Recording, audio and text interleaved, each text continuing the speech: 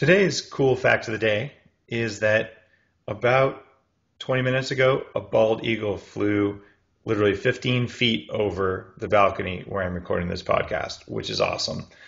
I've switched the location in case you haven't noticed if you're watching on video. And for the next couple months, I will be recording Bulletproof Executive Radio in this amazing location on Vancouver Island. After that, we'll be moving into our permanent offices, which will be a full-on biohacking facility. So not a cool science fact of the day, but still, I saw a bald eagle and it was like this big. Today's guest on the show is none other than David Gottfried, who is the founder of the Global Green Building Movement. He's a founder of the U.S. Green Building Council and the World Green Building Council. Now, you might wonder, why would a show like Bulletproof Radio, where we've got high performance and executives and things like that, why would I have David on the show? The reason is that biohacking is the art of changing the environment around you so that the environment around you affects your performance. You also change the environment inside you from a gut biome perspective, from a hormone and a metabolic perspective, or even from like a software programming in the head.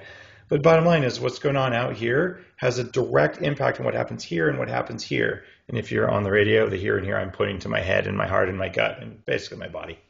So if you don't pay attention to your surroundings, you're actually not paying attention to how you pay attention. And this is why I talk so much about the temperature of your room when you sleep, about what toxins do to your focus and things like that. And here it is. I found out that David and I actually had met in person, and we knew each other, and I had no idea what an amazing guy he was. This is because David, in addition to being this amazing guy who I just described, is also somehow related to Dr. Sarah Gottfried, who is a regular attendee on the Bulletproof show, a regular interviewee. So how cool is that? David, welcome to the show. Hey, thanks, Dave. It's so great to be here. And I knew about you before you even met me, because Bulletproof penetrated not only my wife's professional life, but into our kitchen with your coffee. And you helped me finish my book, which is out through your streaming pure coffee that would create this, this clarity that I didn't have with anything else. I had no idea that you were actually using the coffee while you were finishing your book. Oh my goodness, that's so cool. I certainly, we were just talking before the show, I finished the second draft of my manuscript back for the publisher at about 5 a.m. this morning. I stayed up all night doing the final edits. So we share that in common, having fueled some books with this coffee. Oh, that's cool, and I'm grateful for you mentioning that. No, it's great. Needless to say, your little charcoal pills got me through some wine tastings. Oh, no kidding. If I'm going to have wine, I always do charcoal. That's just a requirement. So we've enjoyed it. Now we're doing the butter in the coffee and the collagens. And so it's working for you. I love hearing that. All right, your new book. I had a chance to go through it. Everyone who hasn't heard of the book will probably be interested in it. So give us the title, give us the URL and all that stuff. And let's just jump in and talk about why you wrote a book about global green buildings and all of that. Sure. It's called Explosion Green. You can find it at explosiongreen.com. You can learn more about it. And also it's at Amazon, and the bookstores just came out early June. And at explosiongreen.com, we've got a free live Entheos conference. You can sign up for 40 interviews of green gurus. But Explosion Green is a memoir, and it's our 20-year story of the green building movement globally. And it's told through this rather awkward, self-deprecating character named David, who happens to be me. And it's the story going back 20 years of first career. I was a real estate developer in the go-go 80s, I call it, in Washington, D.C. And before that, at school at Stanford, I studied solar engineering. I fell in love with the sun. Most of us do. Sarah tells me we get vitamin D.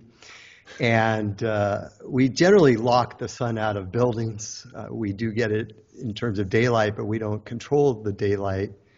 But that sun can power and fuel cleanly the world. And so this memoir starts from the early days as an engineering student into real estate development, the go-go 80s, very much non-green, and then goes through this 20-year story of founding the ASTM Green Building Standards Committee for the U.S., which trips into the U.S. GBC in 92. And that grows into the LEED Green Building Standard, those round plaques you see on buildings. We have 300,000 buildings now in 140 countries. And we grew with green building councils in 100 countries. So we think we're probably the largest green effort in the world. And we may have become or been the largest, fastest growing nonprofit in the world. And it's the story. It's a fascinating story because it shows how over the course of, we'll say, only 20 years, which is a long time as a percentage of the human lifespan, but not actually that much time in the overall scheme of societal change, you've had a pretty big impact. Many people now have heard of LEED certified buildings, and you actually had the highest rating LEED Platinum home in the world and helped to design the standard. And you're starting back in the pot smoking, I guess it was the 80s, so maybe it was more cocaine snorting with only a little bit of pot, go 80s. But literally no one in the 80s gave a rat's ass about the environment for the most part. I mean, you were at the fringe back then. And, in the short period of time since then, I guess even early 90s, you've managed to create a global movement. And the story of how you did that is fascinating. And it included a lot of support from just a ton of people. How did you go about recruiting support from people for your cause, given that the cause was not as popular at the beginning of when you started doing this versus as it is now? Well, we were a pioneering movement, and whenever you track that, you start with the visionaries, the real passionate folks. I find them really easy to identify. You tell them your idea, your 1-minute elevator pitch, and their eyes either sparkle or they start looking away or they change the subject. And so if their eyes sparkle, we collected them. And we did that around the world, including right where you are in Canada, in Vancouver. We had Ray Cole at UBC. You might have heard of the Dockside Green Project. Yep. My buddy did that one, LEED Platinum. And so I could go through dozens of countries where we met people in the building industry. We said, we're going to create a guideline for what is a green building. We're going to create a nonprofit, open, transparent coalition of folks from architects and manufacturers to utilities, cleaning companies, tenants, artists, students, technologists, and together they'll define what is green building. And then they'll bring it to, in their language, their vocabulary, to their world. So if you're a banker, you talk about the return on investment, the internal rate of return of green, the present value. If you're a lawyer, you talk about reduced risk. If you're a product manufacturer, you can talk about how huge this global marketplace is or was going to be, and you create new products so you can create billions of dollars of new revenue. And all that was wrapped up, and so we went from the pioneers to the visionaries to the early mainstreams, and we've been making our way through that progression for 20 years. So you tuned your story for each of the audiences. So you're able to sort of dance on your feet, read what the person says, and then say, oh, well, here's what's in it for you. Okay. And that's essential. So in this show, and a lot of your avatar, Sarah's avatar, I'm not talking about environmental impact. I'm doing the personal biome. And what is the impact of the building materials on your endocrine system, on your hormones, your circadian rhythm. We have a red list for building products. So I'm trying to pull it right into the health and productivity of the human body and even the spirit, because daylighting, access to nature impacts every minute. Well, that was why I was originally attracted to having you on the show, was that my experience is that the environment around me is so impactful on how I perform at all those levels, including even the spiritual level. Like there's some amount of like being in a flow state or in an uplifted state or just feeling like you're giving back. And if you're and I hate to say this, when I think of LEED buildings, too often I still think of like those curly Q like fluorescent CFL bulbs that sort of everything's dim inside, but at least it has like a cool swoopy entrance. And that's not what LEED is supposed to be, but that's what it was in the very early days, where it was just bad lighting as far as I could tell. And it's progressed. There's LEDs and it's much better. But you can also just go to an office where it's like prison lighting, which is even worse, right? So my experience is that the air quality and the lighting dramatically changes like employee absenteeism and how good people feel, how nice they are to each other. And I remember this time this is a company that invented cloud computing. It was called Exodus Communications, Google's first servers in our buildings. And I was one of the senior people there. We built this 4-story building, which for a long time became Yahoo's headquarters, right at the corner of Mission College and 101 in Santa Clara, downtown Silicon Valley. When we built this building, it had formaldehyde in everything. And I talked to the facilities manager, and he said, oh yeah, we got to increase our building efficiency. So he turned on the air recyclers, which meant instead of paying for air conditioning of fresh, clean outside air with the faint scent of San Jose airport, what he would do is he would just keep the air inside the building just boiling around over and over. And funny enough, everyone for those first 6 months had more allergies, quote allergies, than they'd ever had before.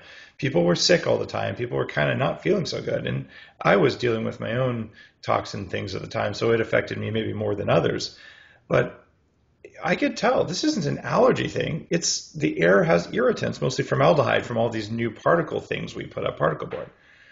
So that's just a visceral example for me where I could see how literally probably 800 people were lowered in their performance, both cognitively and just employee absenteeism, by building decisions. And when you go shopping for furniture every day, you make those same decisions. When you paint your house, you make those same decisions. How do you translate that message for people who just don't get it? Like if you go to a big company and you say, look, you're going to jack up everyone if you do this wrong. Is that how you do it, or is there a more subtle message? Well, you're hitting it, and that's what we call indoor environmental quality, and our subset is air quality.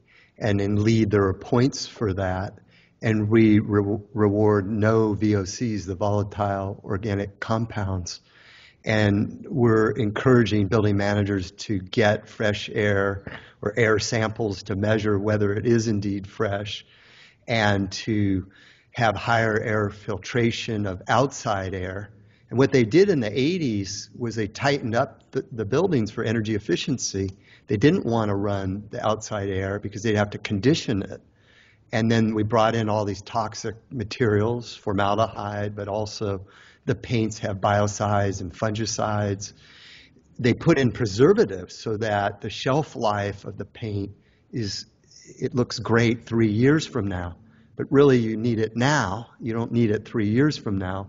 Maybe you're doing touch-up, but all those preservatives are what, when they first apply it, the first coat, make you sick. And so we need to get those things out. And in LEED, we're measuring them. We're setting standards for VOCs, both in terms of the individual element, and then we call it TVOC, the total VOCs. We're finding paints that are listing that, and you find them in the stores, whether it's Home Depot. They'll say no toxicity or no VOCs. We created a red list. There's another standard that was created near you called the Living Building Challenge. And it came out of our Cascadia chapter, which includes Vancouver. Yeah, I presented at the Cascadia conference about high-performance building environments last year. So cool. So you're all over that. Yeah. And under Jason McLennan's leadership, they have a red list in the Living Building Challenge. It's got about 13 items that you can't certify you meet the Living Building Challenge if you have products or materials in the house or the building that has those ingredients. And if your architect or specifier can't find a given product without those ingredients, they send a note. They're required to send a letter to that firm and saying, I don't want your product, but I can't find a similar product without this ingredient. But be forewarned, the second someone makes that, we won't be buying your product. That is powerful. And if people would do me the favor of that with Bulletproof products, I would love to hear that. It's the same thing. If you're on a mission to make really clean, pure stuff like that, you need to know what's bothering people, even if you don't know about it. And honestly, most manufacturers, I think they're clueless. Like they think about this like chemists, and they don't understand the interaction of their product with the endocrine system, because honestly, an endocrine system isn't something they think about. So for you to do that service and say, like, you've got this big sort of Damocles hanging over your head, and you don't even know it, that it's there, and the cord's going to break, the sword's going to fall on you, and it's going to break when someone comes out with a cleaner product. That's motivation for people who are running companies or building products. But I've got to say, so I'm pretty into this stuff. I've presented at that conference. I've read more than a few books and studied a few things here and there. Like I'm a biohacker. I finally, after years up here in Canada, bought a house recently, and it had a toxic mold problem. Like half the houses up here, every shower had leaked. So I pulled out all the mold stuff, did some custom things around that, but it needed a remodel in order to make it a place where I was going to put my family. I had a very hard time. I'm working with a green contractor, but a hard time knowing, okay, what products are safe to use. And I have to imagine, okay, I had a hard time with this, and I shouldn't have a hard time. If anyone on earth should be able to just go somewhere and find a list, I found it daunting. I worked with experts, and I did a good job. But there are still times I'm like, are you serious? Is that actually particle board? Like, where did that particle board come from? Because I don't want formaldehyde in my house. One of the problems I have that most people don't, my wife, Dr. Lana, went to medical school, and she spent a lot of time with cadavers. And when you breathe formaldehyde from cadavers a long time, you can get sensitized to it. So she's sensitized to formaldehyde. So when she gets around pressboard furniture, she just doesn't feel good at all. She gets really bad migraine kind of headaches. So we're overly sensitive to formaldehyde, you could say. But for the average person who's saying, I just want to paint my baby's bedroom and I'm going to do a quick remodel, like, how do I know? There's like thousands of things. So David, you're the guy who created the LEED standard. You're like the father of the green building movement. Where's my list, man? Well, you're hitting a very tough area. Even for us, when we did our home renovation, the list didn't exist. Yeah. But it's happening. There are labeling systems are coming. The manufacturers are starting to disclose through the red list and something else called HPDs, Health Product Declarations. We're asking for the nutrition label so we can see if there's formaldehyde and other stuff. The Living Building Challenge has put out a list of products that go alongside the red list. They're not doing it officially, but as a project goes through it, like the Bullet Center in Seattle is trying to do Living Building Challenge, and they have to research a lot of this. There's something called there's a Healthy Building Collaborative. But you've got to go back to the product and see their disclosures. So some of them are saying no VOCs, so you can buy a paint. Maybe I'll get in trouble, but Mythic Paint is what we used. It's a firm I work with, and it was invented for the multiple chemical sensitive, and that works. In carpeting, you don't want to use adhesives if you can avoid it. There's a firm, Interface Carpet, that makes these 18-inch square carpet tiles that go down with no adhesive. And a lot of these guys are putting their products in air chamber tests and measuring their off-gassing curve over time. And we're starting to request that information and get it published way beyond the traditional manufacturer safety list that they did in the past. It's always better to buy a solid wood, non-finished piece of furniture instead of these things that are made from who knows what is inside and held together with binders. Painting should be done off-site if you could do it. So there's a lot of methodologies and some books coming out to guide you through that process. Some of the best materials from the chemical sensitive folks who were also architects, and you navigate.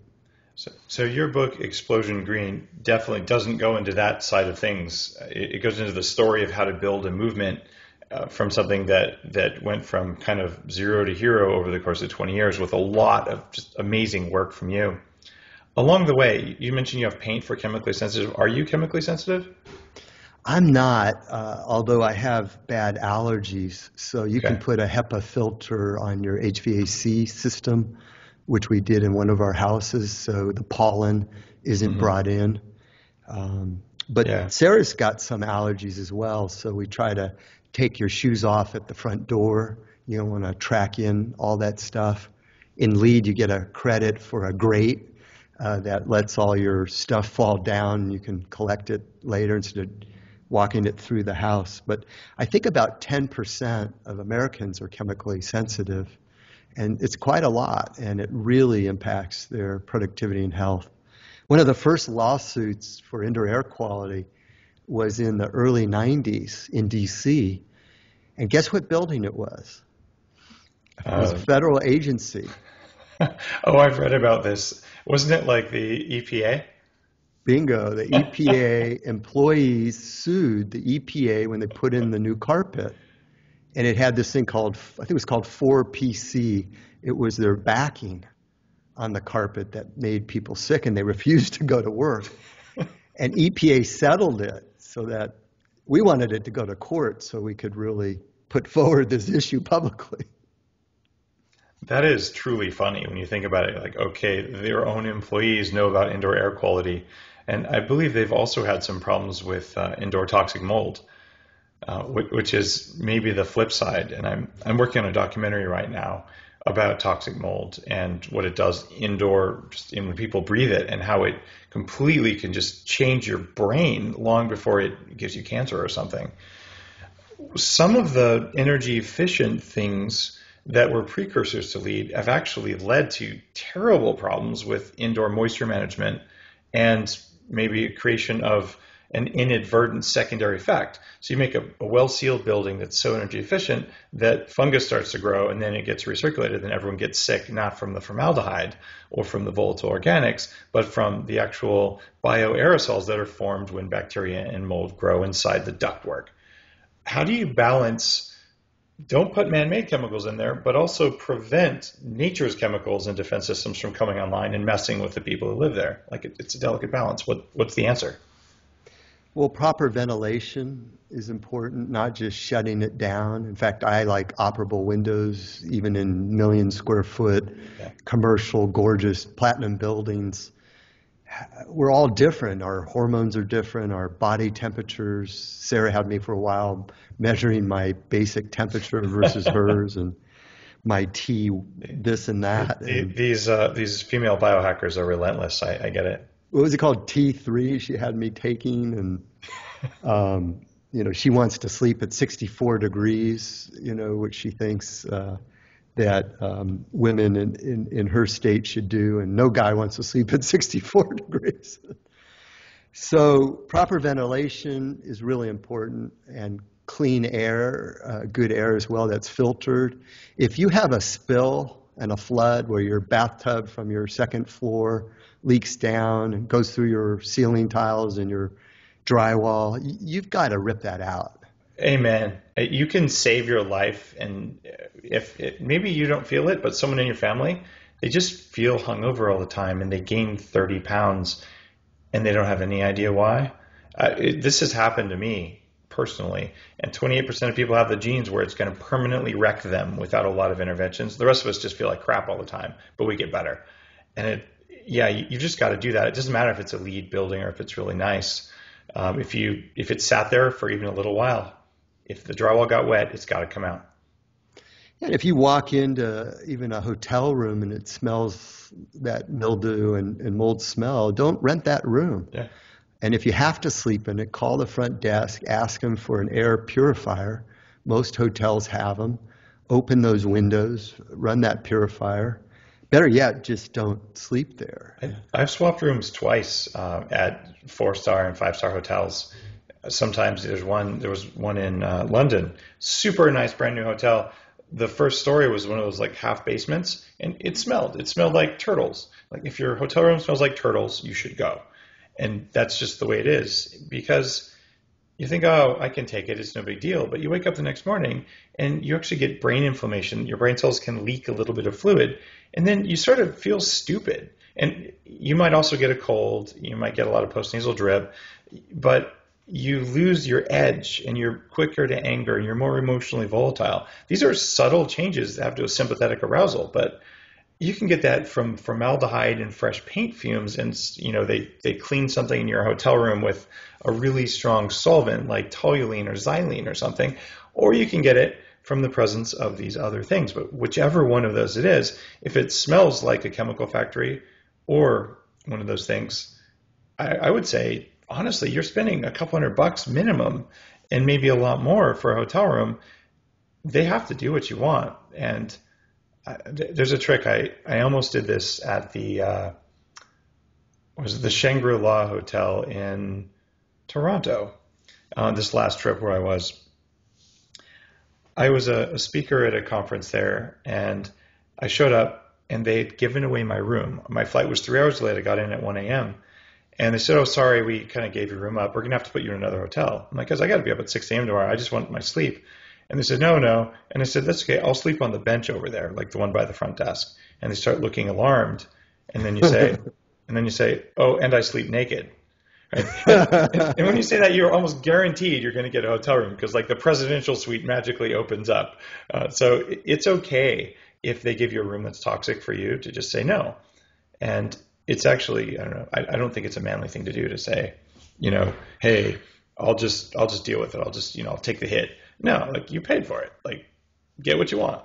You really do. And anything you buy, if it's off-gassing and you have a smell, you need to investigate. That new car smell is not good for you. It's all the adhesives. And even your new car, if you have a garage, I would keep the windows open for about a month. And keep that stuff out of the nursery, the new press board crib. Buy an old recycled one with solid wood that's off-gassed for 10 years already. That's what we did. But all the stuff adds up. It makes you sick. It does lessen your brain focus and your health and productivity. So I would love to get your take on this because no one's ever been able to tell me if what I did was smart or not smart. A while back, I bought a Prius. By the way, it was a horrible car. Even though it was fuel efficient, I sold it because I think it was unsafe to drive at any speed, just because it was a terrible driving car. Anyway, it was also too small for me. But it smelled worse than any car I'd ever bought. It had this incredibly strong, like kind of nausea-inducing smell. So I parked it in the sun, turned on the heat at like 90, as high as it would go, and left it running for 6 hours and just baked the inside of it and opened the windows, and like this wave of crap came out. And it seemed like that bakeout period really did release a lot of the organic solvents out, and it made a film of crap on the windows. I had to clean those off too. Good move or bad move? It's interesting. The very early standards had I think it was a 1 week bake off for the building in it. Just what you did. And then I think it disappeared in later years because you do the bake off, but then you need a certain period of running the fresh air before you come back in and have greatly accelerated your toxicity of what you're inhaling. So I'm not a scientist in that area, but I believe you accelerated the off-gassing greatly. But then you have to have a period of really running the fresh air where you're not breathing in. And we recommend, I think it's about a week. Wow, I left the windows down for the next 2 days just to let, a little bit of wind happen. But it seemed to really help. Like I could smell a lot less. So my assumption was that, it made a difference and I could drive the car without feeling like, God, why am I breathing all the time? But that explains a lot. Thank you.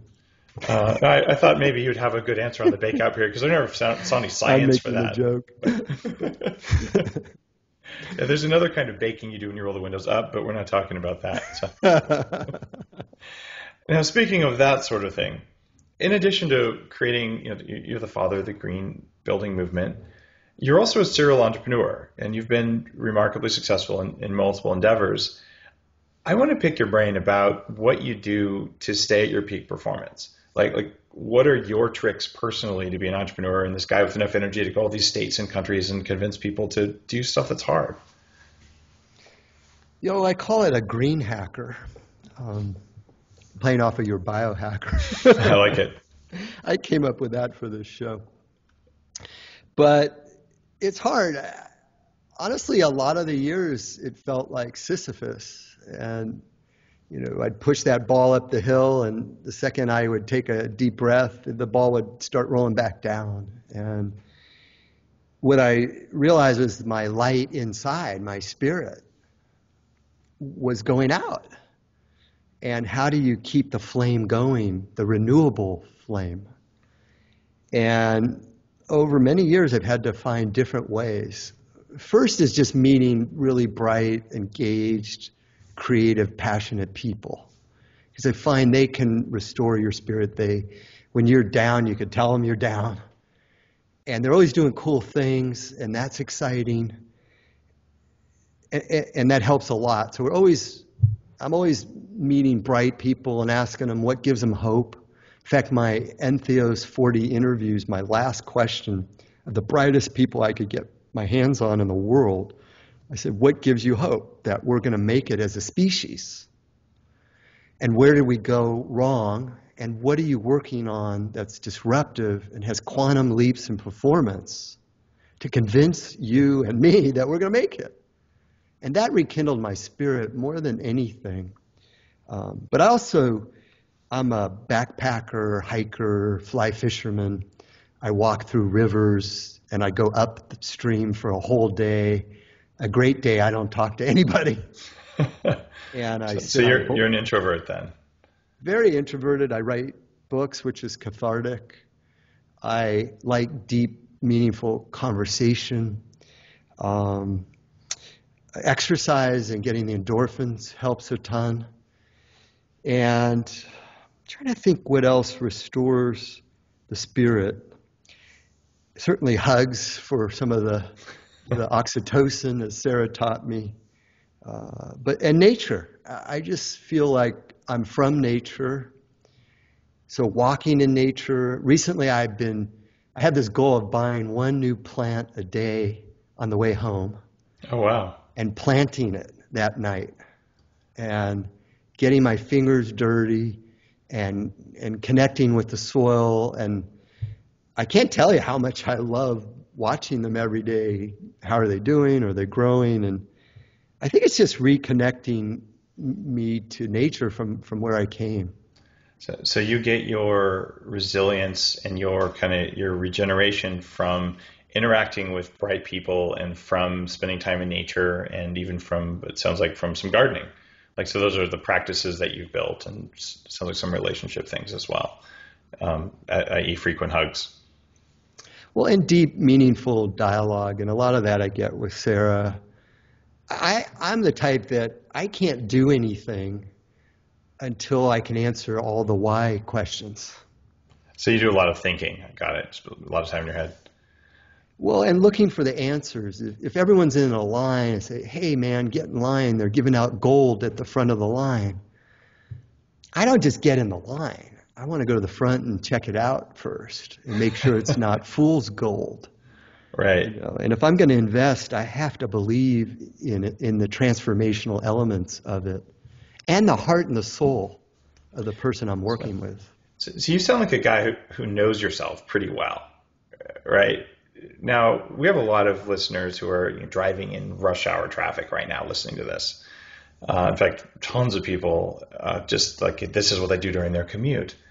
So you're at a point in life where you've had significant success. You've figured these things out. But how is someone who's, let's say, 25 going to figure out what pushes their buttons, what their regenerative practice should be? How did you go about figuring out yours? Well, it's interesting. I did grow up backpacking, and that helped learn that I had my own voice. And it was hard to hear it in the house I grew up in, because there's a lot of loud voices, mostly from New York, in my house.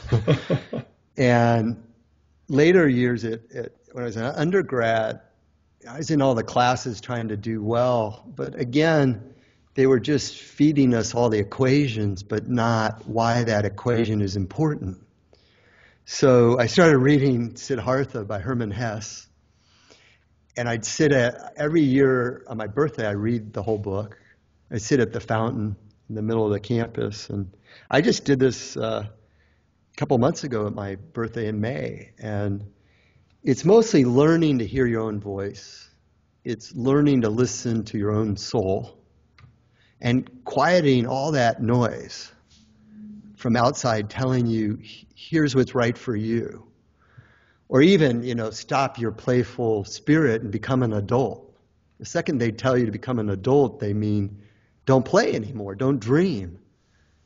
I remember when I wanted to create the green building movement, my father, who I just adore and love and owe so much to him, I quit being a real estate developer, pretty good career.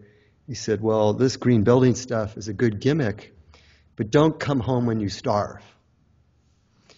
And hundreds just laughed at us. And so I needed that conviction to hear, no, this is solid. This is real. This connects with my definition of value, that value is life and life enhancing, not just putting up McMansion buildings and putting out your hand to make millions. And so the young people, you need to listen to yourself, because I really think the answers are inside of you. And I think our divine path is given to us, and you have to find it. And it's not something someone else is going to tell you. Yeah, that internal reflectiveness is something that I probably didn't benefit from as a young entrepreneur, as a young man. You tend to be so focused on, performing and executing and making money and doing deals and all that sort of stuff. I consider myself fortunate that I found some biohacking tools that made it much easier for me to get some of that, to be able to understand what keeps me going, what makes me motivated. And it's a practice in and of itself to figure out, well, wait, why am I more motivated today than I was yesterday? And was it how I slept, or was it the way I interacted with other people? And sometimes it's weird. Like there are a whole variety of practices around even things as simple as making facial contact with people. You mentioned hugs and things like that. I find one thing that works pretty amazingly for me is I just get random messages from people I've never met, who they just sometimes say, hey, I wanted to take a minute and say thanks because I just lost X amount of weight, or because I got my brain back, or I can drink coffee again, or whatever impact that work has had on them, or I just had a healthy baby, whatever it is. And I'm like, wow, I'm motivated all day long because I got this little 3-sentence message. So for me, getting feedback that what I perceive as helping others is actually having an impact was one of the things that kind of keeps me in a flow state and makes me motivated to, write the next thing or do the next thing. Is that a part of what keeps you motivated too? Yeah, I think you said it right on. And ultimately, it's about impact. And what kind of impact are we making? And in your short stay here, what do you want to hear at the end of your life? What kind of legacy would you like to hear? And just making a pot of money and your whole family suing each other over it, is that an impact? Or you're so wealthy at 5 homes and a jet? That's okay. But the book you just wrote, Dave, and the products you're putting out, and your search for clean, both inside and what you put in your mouth, that's a legacy bigger than you. And I think for the young and those of us who don't know how much time we have left, looking at our impact is huge. And that drives me. In fact, that drove me more than anything, because I wanted to do something good in my life. I wanted to live a life of mission and purpose, and I wanted to plant seeds that could pull the CO2 out of the atmosphere, but also grow into beautiful forests. And I'm trying to water them a bit while I'm still here, but I'm hopeful that when I'm not here, that good is in the world, creating, I call it a negative eco footprint. So I want to sprout an economy that's a nega footprint economy. So the products and services that we put into the world are doing good. They're regenerating the air, the soil, the water, our spirit. Well, that's a pretty amazing legacy to leave. That's for sure. Now, that's a perfect segue into the final question, the one I know you're probably expecting, and the one I hope you didn't prepare for. This is a question that I've asked all the guests on the show. And the question is, of all the things you've learned in your life, many of which, by the way, are in your book, Explosion Green, which is a really neat memoir. But not just that stuff, but everything that you know.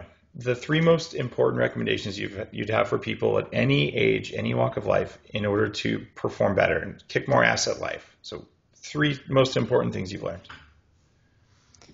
I think the first one I just mentioned, be true to yourself. How do they say it? Be true to thine self. Because that will steer you in the right direction.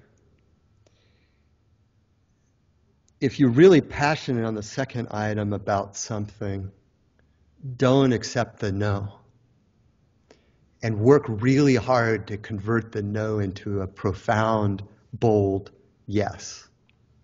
Everything I ever loved had a no attached to it. And I even created a whole green consulting career based on no's.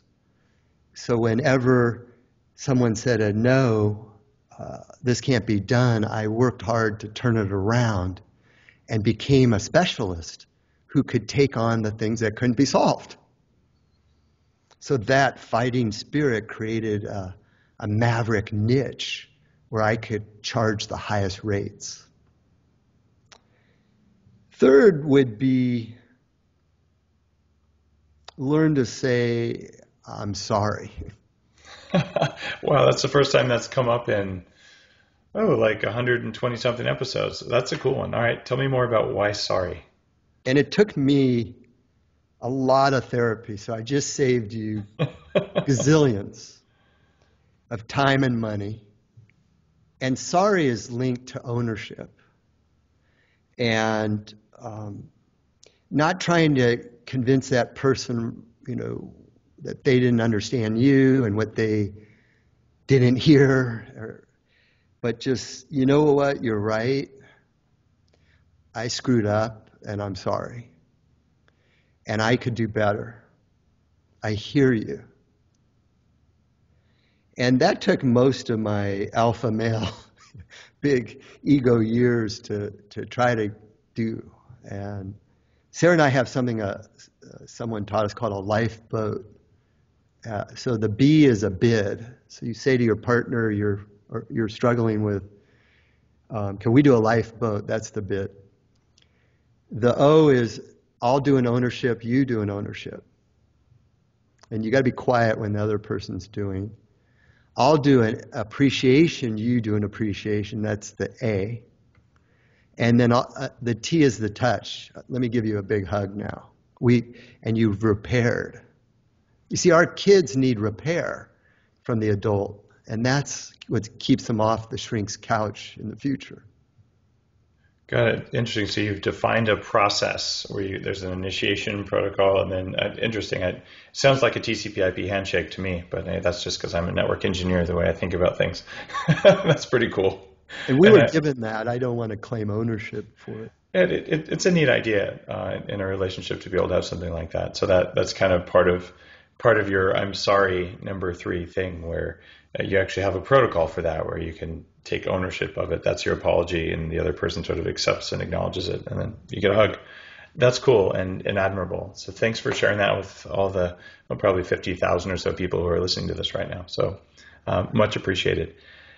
David, where can people learn more about your latest book, about LEED buildings, and about the work you've done as the father of the green building movement? Sure. So my personal website is explosiongreen.com. And you can also get a link there to the free conference I'm doing in September with these gurus. The book's also at Amazon. And then if you're interested in LEED, go to usgbc.org and click on LEED, L-E-E-D, and you can download for free LEED for homes or LEED for new construction. If you're global and you're interested in the World Green Building Councils, go to worldgbc.org, and you can see our 100 countries listed there alongside the Canada GBC. David, thanks again for being on the show. We'll post links to all of those things on the show notes for this when it goes live. And really, really appreciate all the work you've done on making buildings healthier places for people to live in. Well, thank you for having me, and thanks for your spirit, your biohacking, and the legacy you're creating. It's influenced me in my life. Much appreciated. If you're looking for a way to know which foods are making you weak, check out the free app called Bulletproof Food Sense. I re-engineered the coffee process to create the Bulletproof process that makes beans without the toxins that rob performance from you every single time you drink most coffee. We even laboratory test the coffee to verify that the list of bulletproof performance-robbing toxins is not present.